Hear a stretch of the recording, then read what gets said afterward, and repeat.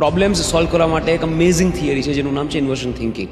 મોટા ભાગના દુનિયાના વિદ્વાનો અને હાઈલી સક્સેસફુલ લોકો આ ફોલો કરે છે. Charlie Munger, Elon Musk, Albert Einstein and even Marcus Aurelius. આનો મતલબ શું? તમે પ્રોબ્લેમને બેકવર્ડ જુઓ કે હું કોઈ પણ વસ્તુ કે વાતમાં કેવી રીતે ફેલ થઈ શકું, એવું હું શું કરું કે હું શું કરી શકું જેના કારણે મને સક્સેસ ન મળે કાં તો ફેલિયર મળે. એ બધા એક્શન્સ અવોઇડ કરવાના. ફોર એક્ઝામ્પલ, તમે કોઈ ઇન્ટરવ્યૂ દેવા જાઓ છો જોબ માટે, તો પહેલાં એવું વિચારો કે કયા કયા કારણોસર એ લોકો મને જોબ ન આપે. તો નંબર 1 કે તમે બરાબર અટાયરમાં ન ગયા હોય. બીજી વસ્તુ, તમે જવાબ ફંબલ થતાં આપો. ત્રીજી વસ્તુ કે તમે ઇન્ટેલિજન્ટ જવાબ ન આપો. ચોથી વસ્તુ કે તમે એમને બરાબર ગ્રીટ નથી કરતા.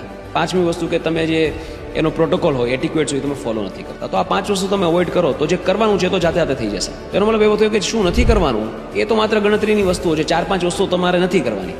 શું કરવાનું છે તો એન્ડલેસ છે, તમે કાંઈ પણ કરી શકો છો. તો શું નથી કરવાનું એ જાણવું વધારે ઇઝી છે. એનો મતલબ કે એવી કઈ મૂર્ખ ભૂલો જે મારે નથી કરવાની એનું ધ્યાન રાખવાનું છે. એ તો કરી જ શકીએ. વિદ્વાન બનવું અઘરું છે, મૂર્ખ ના બનવું સહેલું છે.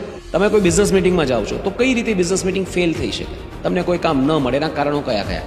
આ જ બધા કારણો છે કે તમે એમને ઇમ્પ્રેસ ન કરી શક્યા, કે તમે એમને બરાબર ગ્રીટ ના કર્યા, તમે એમને માન ના આપ્યું, એમને શું ફાયદો થશે તમે બરાબર કમ્યુનિકેટ ન કરી શક્યા. આ 4-5 વસ્તુ તમે કરો તો તમને ફેલિયર મળવાનું જ છે. તમને એ કામ નહીં જ મળે, તમારી મિટિંગ ફેલ છે. પણ જો આ 4 વસ્તુ અવોઇડ કરી દો તો વેરી લાઇકલી કે તમને એ કામ મળી જશે. કારણ કે જ્યારે તમે 4 નકામી વસ્તુઓ નથી કરતા, એનો મતલબ 1-2 તો એવી સારી વસ્તુ કરો છો જે ક્લિક થઈ જશે અને તમને કામ મળી જશે. Read about this. Inversion thinking amazing concept છે અને બહુ સહેલું છે ઇમ્પ્લિમેન્ટ કરવું.